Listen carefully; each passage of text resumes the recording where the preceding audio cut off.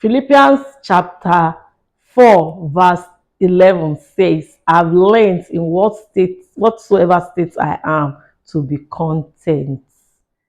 Philippians 4:11. Here we are made to know that contentment is learned because nobody, no baby is ever born content. Everybody learns contentment as we grow into the fullness of Christ.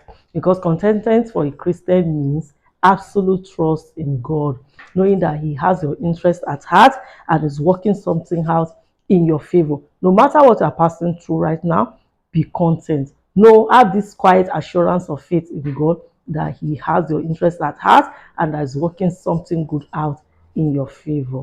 Now, choose to be content today. Do not fret, do not fear, but have absolute trust in God, knowing that He has your interest at heart. Good morning. This is your straight pastor. Enjoy a great day.